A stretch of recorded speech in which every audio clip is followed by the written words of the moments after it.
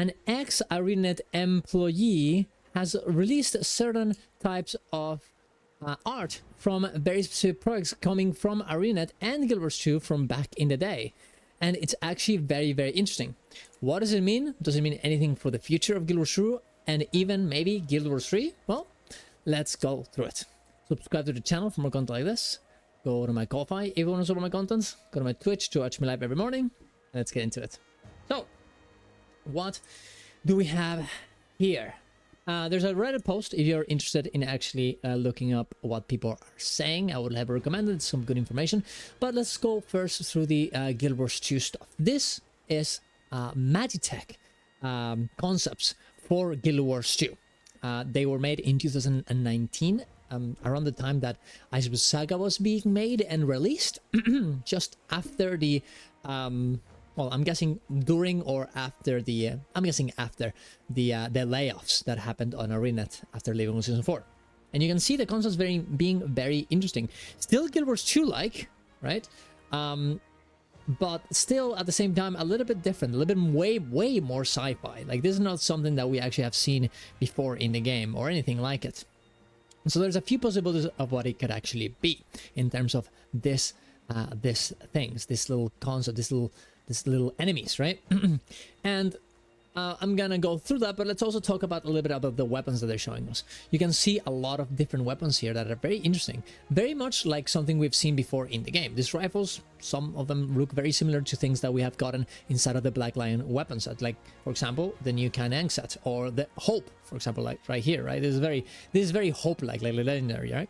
These ones are very much like the new Kanang weapons, right? And this one's a little bit like the Golem Buster ones. Actually, let's go through them. I just want to show you right here what I'm talking about, right?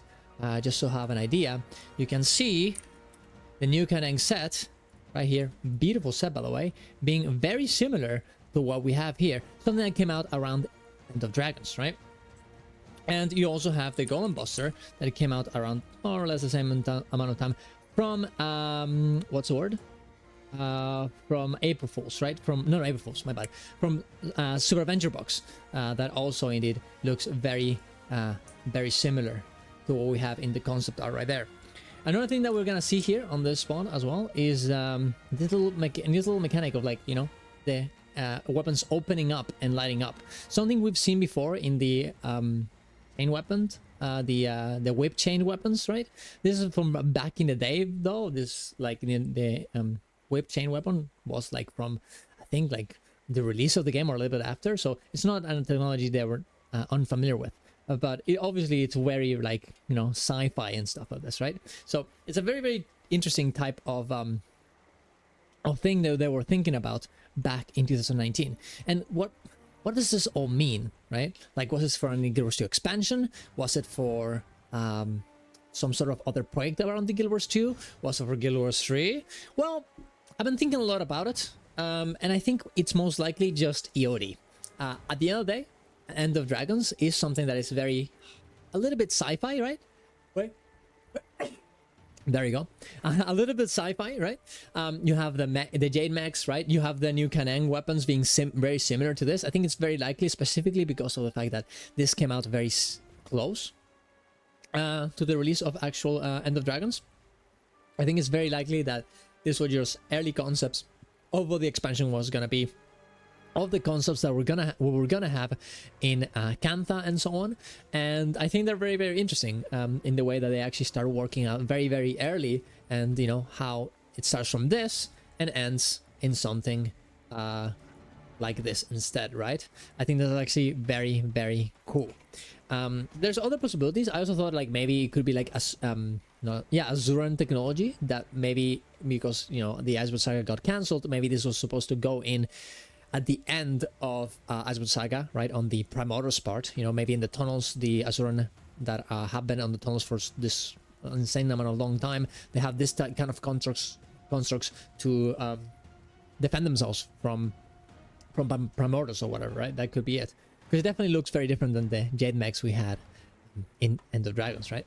And the other possibility would be that it is indeed, well, maybe they were thinking about doing Guild Wars 3 and, you know, making a huge skip from Guild Wars 2 to Guild Wars 3 and make Guild Wars 3 just heavily sci-fi, right? I actually have a video coming out, working on it, about where Guild Wars 3 would be. Would it be before Guild Wars 1? Would it be in between Guild Wars 1 and Guild Wars 2? Would it be in the future? If it's in the future, would it be a, you know, low fantasy, everything gets destroyed, right? Or would it be even complete sci-fi, as in Guild Wars 2 is very high fantasy, right? I don't know. I really have to think about it. I'm making the video about it, but this could lead us into a place where, yeah, maybe they are thinking about doing something more sci-fi like, considering the fact they have been doing Guild Wars 2 for so long. Maybe they're tired about the fantasy part of it. It's kind of hard to tell, of course, and I don't think it's very likely that this is the case. I think it's way more likely that this was the early things from EOD, right? But you can, you know, make your own decision, of course. It's very interesting, and I'll leave it in the description down below so you can go check it out yourself and make your own decision. And for the last thing is this one. This is super interesting. Wait, no, this is the wrong thing. 1 second. This is not what it was. There we go. This is instead what it was. This photos here, these little animations here, these little vehicles here are for a cancelled project that Arenanet was working on. And when you see it, obviously, it's a cancelled sci-fi game, and there's a description here about the person that, you know, actually worked on it that says, "Some sketches from late 2017 for an unannounced cancelled sci-fi project, usually plausible, near future technologically and manufacturing systems. It's a shame things didn't progress further because the premise and the world being developed were very interesting. I wish we could know a little bit more about that. Since we didn't get too far along, I never had the chance to really detail one out of the designs and do some fancy final illustrations. So these are all very early design sketches where I try to flesh out some near future equipment and technologies that the game would depict. More like NASA in 50 years than Star Wars or Star Trek. One of the key ideas of the team was playing with what the idea was... Wait, with was? Oh my god. Oh. One of the key ideas that the team was playing with was the idea of powerful on-location 3D printers and AI-directed nanoresins that could form large structures as they were intuited and modified and solidified.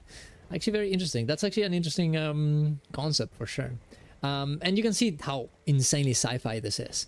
And when I look at this, I really think about a base builder game, right? Or an RTS, right? Like they're very focused on the structures and the vehicles and all the stuff. We're not really seeing any weapons or any people in this, right? And leaving these little enemies, it really looks like something that you would fight or, you know, use to fight, right?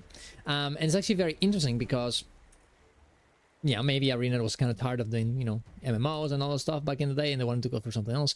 But it's also interesting because NCSoft has been working in an MMO RTS, like essentially an MMO StarCraft or whatever. Now, of course, you can see the picture here. It's not really a sci-fi game right here. It's more like a fantasy game. But I wonder if NCSoft were the ones that were like, hey, what if you do an MMO RTS? You can make it sci-fi, whatever you want, but what if you work on that, right? And maybe this led up until, you know, this, right? This other game that they're actually working on that is supposed to come out this year. Most likely, you know, it's been, what, 80 years since then? It's a long time. But it's very interesting. I wonder, I really do wonder how this all worked out. I would not really consider this being like a big deal. I think it's just an interesting little thing. Especially for the sci-fi. I think the Guild Wars 2 thing is way more interesting, but still kind of cool that they actually worked on that. It's not really like, oh yes, Guild Wars 3 is gonna be an RTS or something. That's definitely not gonna be the case.